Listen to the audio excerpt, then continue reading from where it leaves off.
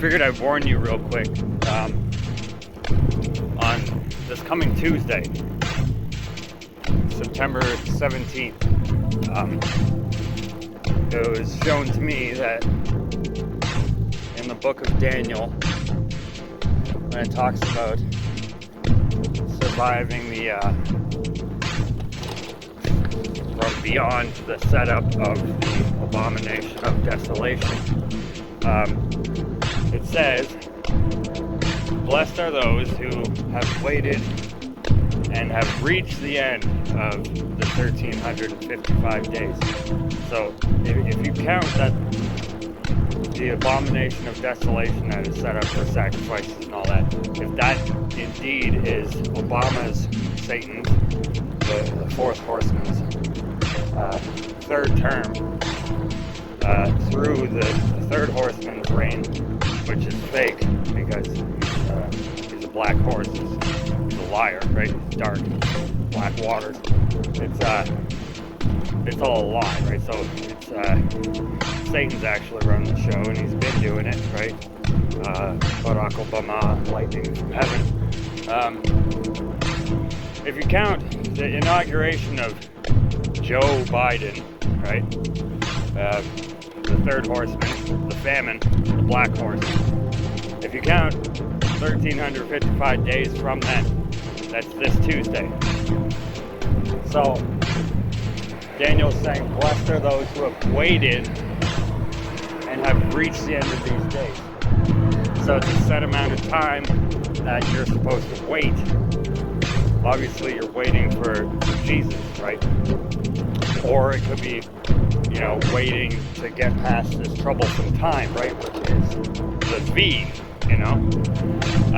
if that's indeed the mark that causes the internal abomination of desolation in the brain, right? Then,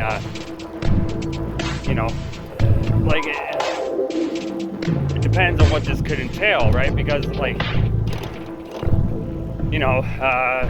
during the destruction of Babylon, it says that, all the merchants and all the peoples who have bought goods off of her will be weeping at her destruction, right? But all the angels in heaven will be rejoicing in the destruction of Babylon, right? So it's a matter of perception, right? Like us humans, we're cursed, right? We've been cursed since our conception. We have the knowledge of good and evil.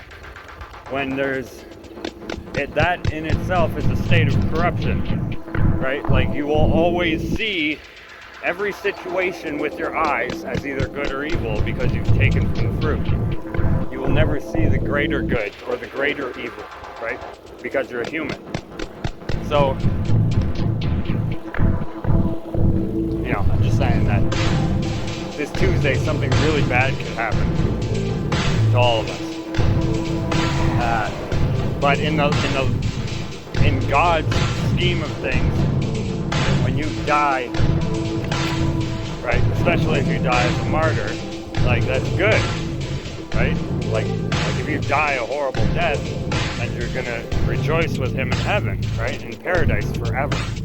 And your 85 or whatever, however long you've lived until you die here is really nothing, right? I mean, in the grand scheme of things, your life is nothing. It's like a dream, right? It is a dream. It's a quantum dream. So there's my warning. This Tuesday, I don't know what you would do.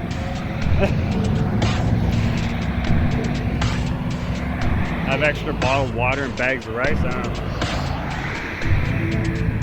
Not much you really can do, you know, depending on what's going to happen.